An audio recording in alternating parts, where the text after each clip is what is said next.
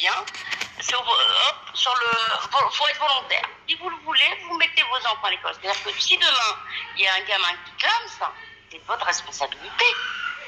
Et ça va se passer. Ah ouais. Voilà, lui, il se dégage de toute responsabilité, Macron. Hein. C'est pas obligatoire. Hein.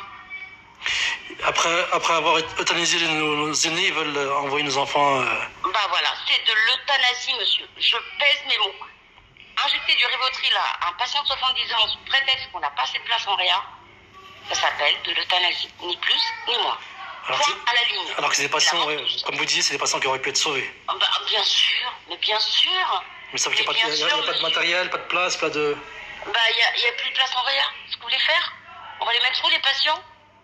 On va les mettre où? C'est bon, il a fait sa communication en prenant des TGV, etc. Par contre, on l'a sollicité pour ouvrir certaines cliniques privées sur Paris qui sont fermées, qui n'ont personne, qui nous disent « Ramenez-nous les patients, on va les prendre en charge, on a des places de réa ». Macron ne veut pas. Macron a dit non. Il a dit non. C'est incroyable. La clinique La Brousse aurait pu nous les prendre, mais il ne veut pas.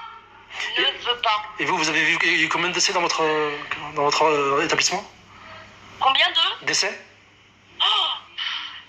Oh là là.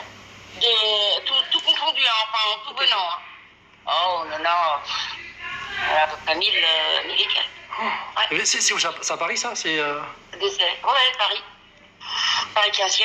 Paris 15e. Ouais. Ah ouais. Ah ouais. Ouais, donc les 24 000 morts qu'ils nous annoncent, c'est... Oh, monsieur Larretier.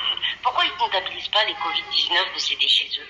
Ouais. Pourquoi? Bah là, ils en ont parlé, il paraît qu'ils disaient qu'il y en avait 9 000 à peu près. Ouais, bon, il y en a plus qui arrêtent leur connerie. Hein. Au début, il fallait trier. Ah, vous avez des symptômes? Une boîte de Doliprane, mais c'est quoi ce bordel de merde? Une boîte de Doliprane, des symptômes? Non, il n'y a pas de boîte de Doliprane. Sortez la chloroquine, sortez la tétromycine.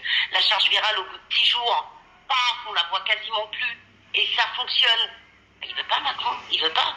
On a quand même perdu des jeunes. Hein. Moi, il y a un patient de 48 ans qui m'a marqué et je ne l'oublierai jamais. Faut dire que nous, personnel soignant, nous sommes atteints. Hein. Il faut vraiment qu'on aille voir des psys. Hein. Parce que les larmes dégoulinent, même si c'est des gens qu'on ne connaît pas d'elles-mêmes. Moi, je suis atteinte. Je le sens comme mes collègues. On se met à pleurer même devant les patients. Quand même. Moi, je ne peux pas ressentir ce que vous ressentez, mais je pense que c'est comme dans une guerre, en fait. Quand on voit des morts. C'est vrai, mais c'est vrai. 48 ans, 6 gosses, qui me dit, madame, je ne veux pas mourir. Et il est décédé. Oh, le monsieur. Oh, le pauvre. Et il est décédé. Voilà.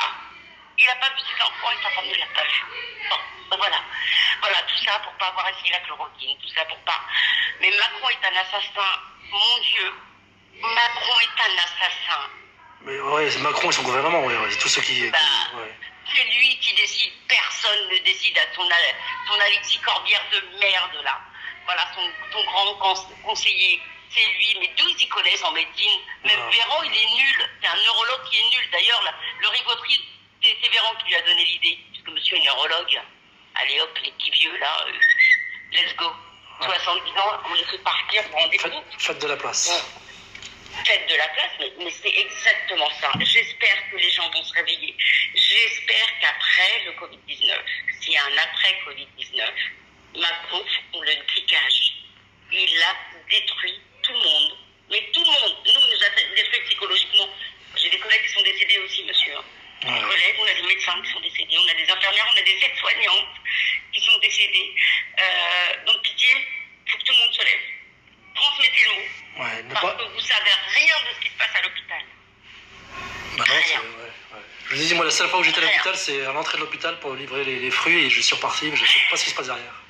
Ouais, bah vaut mieux pas le savoir. Parce qu'à mon avis, si les gens voient ça, si les gens vivent ne serait-ce qu'une journée à l'hôpital, je vous assure, ils vont aller pendre Macron. Ils vont aller le pendre. Le pendre. Ah, c'est incroyable. Et là, il nous dit, emmenez vos enfants à l'école. Oui, mais sur pitié, mon Dieu, ne faites jamais ça. Vous allez tuer vos gosses. Vous allez tuer vos gosses. Mais même pas en rêve. Moi, je ne cesse de le publier sur Facebook. Enfin, il y a des gens, il faut qu'on retourne au travail quand même. Mais c'est odieux d'entendre ça. Face à ce qui se passe, c'est odieux. Il faut qu'on retourne au travail. Mais quel travail? De quel travail me parlez-vous? De quel travail? Au prix de vos enfants? Ils vont pas mourir quand même. Et là, j'envoie le lien de Necker. Ah ouais, ça fait froid dans le dos. Ah ouais, mais c'est rien. Voilà. Et à mon avis, il y en a beaucoup plus.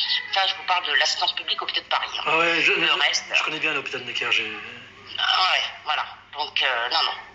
Trousseau, il y en a aussi, j'ai oublié de dire. Non. Bon. Non, on peut pas prendre ce risque. Ça suffit. Transmettez le mot, je vous en supplie. Transmettez le mot parce que. Je vais le transmettre, ne vous inquiétez pas, je vais le transmettre à tous mes contacts. Voilà. Et qui feront de même, et voilà, ça fera une chaîne qui fera que. Exactement. Transmettez le mot. Transmettez le mot parce que nos gosses, ils valent plus que la vie de Macron. Je vous le dis, moi. Moi, j'en ai qu'un, mais quand je pense aux enfants et quand je vois des enfants dans cet état-là, à cause d'un irresponsable pareil, ça s'appelle un crime. C'est criminel. Ce qu'il fait là, c'est criminel. Voilà. Et il veut dégager sa responsabilité pour dire ah bah moi je ne suis pas obligé. Hein. Ah bah oui. Mais voyons. Il est crèche, mais il est malade ou quoi? Mais il est complètement taré, ce mec. Ouais. Mais je vous jure, on a affaire à un assassin. Non, mais de toute façon, depuis le début, entre ne partez pas de masque, et ensuite. Alors je le savais, mais je me suis fait contrôler par. J'étais mort de rire, c'est tout. Le mec m'arrête, il me contrôle, vous allez où? Je dis, monsieur, je travaille, je vais à l'hôpital, voilà mon caducé, voilà ma carte professionnelle. Et il s'approche de moi, je lui dis, monsieur, vous n'avez pas de masque. Vous êtes en train de mettre votre vie en danger. Là, il me regarde et il me dit, mais vous savez qu'on n'a pas le droit. Je dis, ah bon? Votre vie n'est rien par rapport à la parole de Macron. Alors, le jour où vous allez vous retrouver, venez, je lui dis, il y a des gendarmes d'ailleurs en réa chez nous. Il y a des gendarmes qui n'avaient pas de masque, qui sont en réanimation. Bon, il y en a qui ont survécu, il y en a qui n'ont pas survécu. Eh ben, vous allez être le prochain sur la liste, mais on n'a pas le droit. Vous vous rendez compte? Vous êtes en train de sacrifier votre vie, je lui dis. Monsieur, vous êtes en train de sacrifier. J'en avais un masque à côté, je lui ai donné, il me dit non, je ne peux pas le prendre, on n'a pas le droit. Je lui dis, donc, elle vaut pas cher votre vie, hein. Ouais, sa vie et celle de ses proches, hein. Quand il va rentrer chez lui, il va contaminer. Ah ouais, mais ils n'ont pas le droit. Ils ont ordre de ne pas porter le masque. Vous vous rendez compte? Mais vous vous rendez compte, mais on est où là? Moi j'ai l'impression d'être dans un pays du tiers-monde. Je vous jure. J'ai une copine marocaine qui me raconte comment ça se passe au Maroc. Ils sont mieux que nous. Mais ils sont mieux que nous, bordel. Ouais.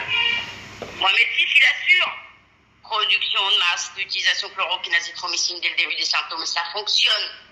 Ouais, ils ont même pas 200 morts. Ils ont même pas 200 morts. Nous, ils veulent pas.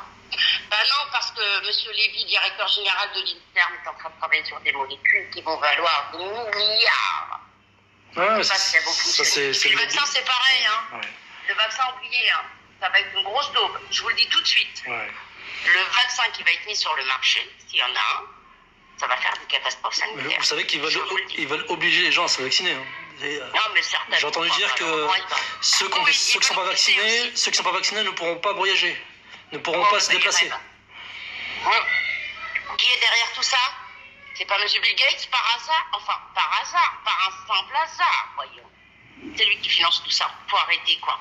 Et Macron est dedans. Faut arrêter. Je ne sais pas si vous avez souvenir du vaccin de l'hépatite B qui avait fait une catastrophe sanitaire, d'ailleurs, avec des scléroses en plaques à l'Argamanu. Là, ça va pas être des scléroses en plaques qu'on va avoir. Allez savoir si on va pas développer des cancers. Moi, je n'ai aucune confiance. Il y a quand même un séquençage SIDA dans ce virus. Hein. On n'a pas le vaccin. Et vous êtes en première ligne. Vous risquez de tous vous faire vacciner parce que vous êtes soi-disant. Je vais vous dire, monsieur, moi, si on m'oblige à me vacciner, je pose ma démission. Et on est plusieurs à être dans ce cas. Allez-y dans les hôpitaux, allez soigner. Nous ne serons pas vaccinés. On ne se fera pas vacciner parce qu'on sait ce qu'il y a dedans. Voilà. Et on connaît les effets secondaires par avance. Donc non, merci, je démissionnerai, monsieur. Ça, c'est clair et c'est net. Et j'irai voir ailleurs. J'irai dans un autre pays, la France me dégoûte. C'est bon. Ça me saoule. J'irai au Maroc, tiens. Franchement, aller exercer au Maroc, on est tranquille. En tout cas, vous êtes la bienvenue. Hein. Je suis maroc, quoi. Mes parents sont d'origine marocaine. J'ai un appartement au centre de Rabat. Ah, bah c'est gentil. Mais je peux vous assurer qu'il assure. Hein. Votre mois de Mathis, là, moi je le félicite. Il a tout compris. Bah, il protège sa population. Ouais. Bah voilà. Macron, non, on est trop nombreux. Allez. Surtout les vieux, là, ça coûte cher. Let's go, et puis les gosses, s'il y a de la CAF, allez. Mais il veut nous tuer. Ni plus, ni moins. Et je suis pas la seule à le dire. Alors moi, je suis mort de rire quand je vois Philippe Juvin, qui passe beaucoup à la télé. Vous savez, le chef de service des urgences de Pompidou. Ouais. Et Philippe, c'est pareil, hein, ça bouillonne de l'intérieur. Mais il y a des choses qu'il ne peut pas dire, parce qu'il est quand même maire de Colombe, de la Grande Colombe. Ouais. Donc on va lui mettre les bâtons dans les roues s'il ouvre trop sa bouche, hein, pour les budgets, etc. Mais il n'en pense pas moins.